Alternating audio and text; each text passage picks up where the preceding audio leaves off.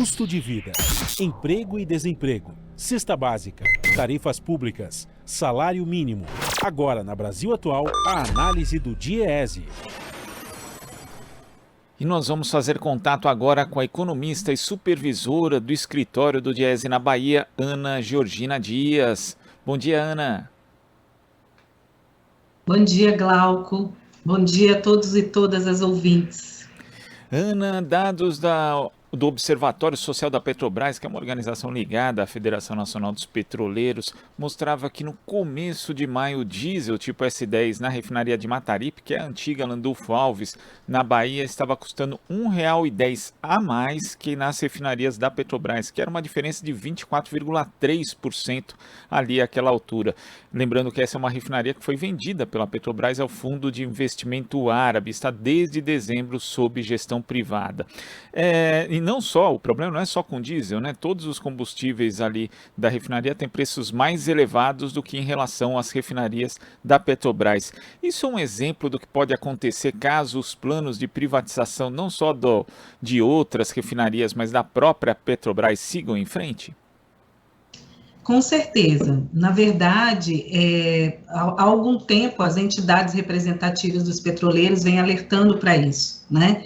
Desde 2017, quando apareceu de forma muito clara no plano de negócios, né, da Petrobras, essa intenção de desinvestir, né, em determinadas localidades e determinados ativos, como, por exemplo, né, privatizar 8 das 16 refinarias, essa situação está colocada como um risco, né? Na verdade, agora a gente já pode afirmar que não é um risco, isso já se desenhou como uma realidade, né?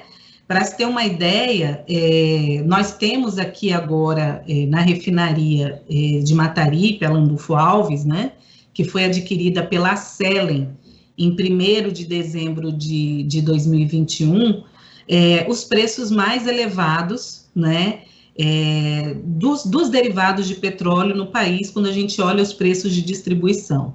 E aí, infelizmente, não só aqui na Bahia, mas em todas as localidades onde a Selen é a responsável pelo refino, né, pela distribuição desses derivados. Então, de fato, nós chegamos a uma situação tão assim, surreal de ter o diesel, né, aqui na Bahia, né, aqui em Salvador, por exemplo, custando mais do que a própria gasolina. Então, não é nenhum exagero imaginar que isso pode, né, que isso possa acontecer com outros produtos, né, caso a privatização total da Petrobras seja efetivada. E eu digo a privatização total porque já há algum tempo a Petrobras ela vem sendo privatizada de forma fatiada, né? Aqui na Bahia, por exemplo, nós temos, além da refinaria, algumas termoelétricas que foram vendidas, né? Nós temos também a antiga Fafem, né? Que é a empresa de fertilizantes que a Petrobras, nesse caso, ela nem queria privatizar, ela queria simplesmente desmobilizar esse ativo, que acabou sendo arrendado pela Unigel, a mesma coisa que aconteceu em Laranjeiras, em Sergipe, né? E enquanto também, nesse momento, ela tenta finalizar uma venda da Fafem de Três Lagoas, né, ainda em construção, para um grupo russo. Então, não é exagero a gente ter medo de ter, de fato, um aumento ainda maior nos preços de derivados de petróleo por conta da privatização. Inclusive, Ana, a Selen ela descumpriu a promessa e não retomou até agora o abastecimento de navios que passam pelo Porto de Salvador, o fornecimento que foi interrompido ali em 1º de dezembro, justamente quando a Petrobras repassou à companhia privada o controle da refinaria, e até agora, quer dizer, não houve uma regularização disso. Então, além da alta no preço dos combustíveis na refinaria, nós tivemos também aí mais um exemplo de que aquele discurso de que a eficiência de uma empresa, se for passada para as mãos da iniciativa privada, vai melhorar, na prática também isso não tem se confirmado? Não. É ótima a sua observação, e aí isso mostra talvez a grande diferença da gente ter um controle estatal ou um controle privado em empresas que são estratégicas, né? Basicamente, a Selen, ela deixa de fazer esse abastecimento de navios, basicamente porque para ela não é atividade lucrativa, não é uma atividade que interesse. Então, aí, obviamente, o que se sobrepõe aos interesses, digamos, sociais, aos interesses até mesmo do desenvolvimento do Estado, é basicamente a ideia de maior ou menor lucratividade da empresa em relação àquilo que ela quer se concentrar, né? As atividades nas quais ela quer se concentrar. Eu acho que esse exemplo, ele é extremamente pedagógico, né? Da mesma forma que nós, né, não só o DIEESE, mas o INEP e as entidades representativas, né, dos petroleiros alertavam isso há alguns anos atrás, desse risco, não só o risco da alta de preços, né, o risco de você ter quase um monopólio privado em determinadas localidades, mas o próprio risco de desabastecimento de alguns produtos, né? A gente vê, por exemplo, essa questão relacionada aos navios, que eles basicamente ficam desassistidos quando chegam, né, em Salvador por conta de uma decisão unilateral da empresa. Então, é um risco muito real, não é? E isso sem contar também com o próprio fato de que essas decisões, elas são tomadas, como eu já disse antes, basicamente voltadas para o que é o interesse da empresa. Então, no momento em que nós temos, por exemplo, uma inflação extremamente acelerada, e aí eu vou falar dos estados, sobretudo do Nordeste, né, que são abastecidos pelos derivados produzidos, né, aqui na refinaria Landulfo Alves, nós temos ainda um processo de aceleração maior da inflação, né, nessas localidades, como eu disse, sobretudo do Nordeste, onde a gente tem, por exemplo, um rendimento médio muito menor do que o rendimento médio de outras localidades do país, como o Sul e Sudeste. Então, além de ter uma questão específica, como você bem mencionou, relacionada ao abastecimento dos navios, a gente tem também todo um processo de impacto na vida das pessoas, né? Até em proporções mesmo que muitas vezes a gente não leva em conta quando pensa na questão da privatização. E eu acho que uma outra questão que cai por terra é a ideia de concorrência. Nós teríamos uma maior concorrência caso a Selen ou o grupo Mubadala, que foi quem adquiriu a refinaria, chegasse aqui com a ideia de construir outras refinarias. A partir do momento que eles simplesmente adquirem um ativo da Petrobras, e até agora, pelo que me parece, não foi feito nenhum investimento, né, em aumento de capacidade de refino, por exemplo, ou não há pretensões de construir, pelo menos nesse momento, novas refinarias, essa ideia de concorrência ela é completamente fantasiosa, né?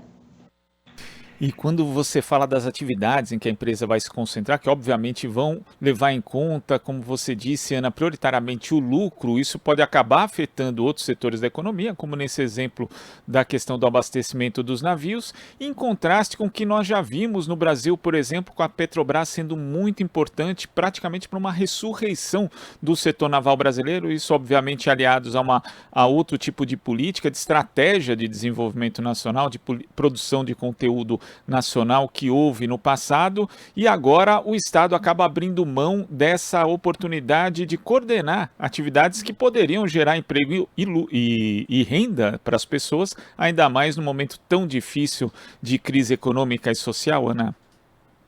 Com certeza. Um exemplo que é até um pouco, digamos assim, fora, né, desse setor de petróleo e gás, mas a parte, por exemplo, de biodiesel, né?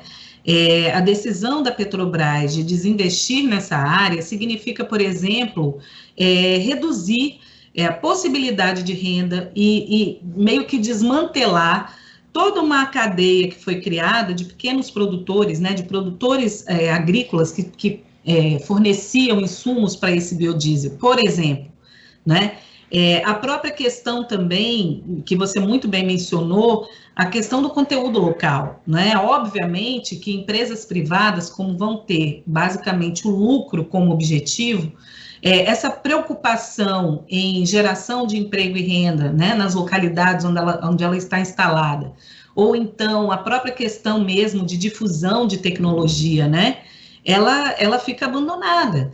É um exemplo muito triste dessa decisão da Petrobras e também já de antes, mesmo no início ali da Operação Lava Jato, é o abandono, não é, do estaleiro São Roque do Paraguaçu, aqui no Recôncavo Baiano, não é, que já com 90% dos investimentos feitos, ele foi abandonado. E ali criou-se toda uma expectativa naquela localidade em relação à geração de emprego, à geração de renda, outros tipos de investimentos, né, de negócios foram criados ali nessa expectativa e foram completamente desmontados, desmobilizados. Então, isso em termos, não só em termos sociais, mas sobretudo em termos de desenvolvimento, é realmente bastante frustrante e é preocupante, sobretudo quando a gente pensa que hoje a Petrobras, ela tenta se concentrar, ela tenta concentrar suas atividades basicamente no Sudeste, não é? Então, até mesmo aquele papel de indutor, não é, de desenvolvimento, de crescimento, não é, uma certa, criando um certo equilíbrio entre as regiões, se é que a gente pode dizer assim, não é?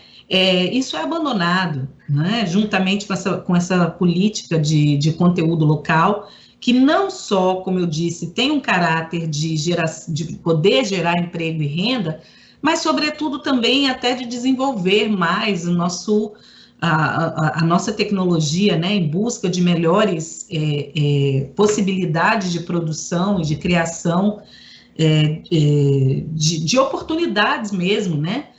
Então, assim, é desastroso se a gente for pensar sobre todos esses pontos de vista. Ana, queria agradecer a sua participação aqui no Jornal Brasil Atual de hoje. Muito obrigado, até a próxima. Eu que agradeço. Muito obrigada, Glauco. Conversamos aqui com a economista e supervisora do escritório do Diese na Bahia, Ana Georgina Dias. Você está ouvindo Jornal Brasil Atual. As notícias que os outros não dão.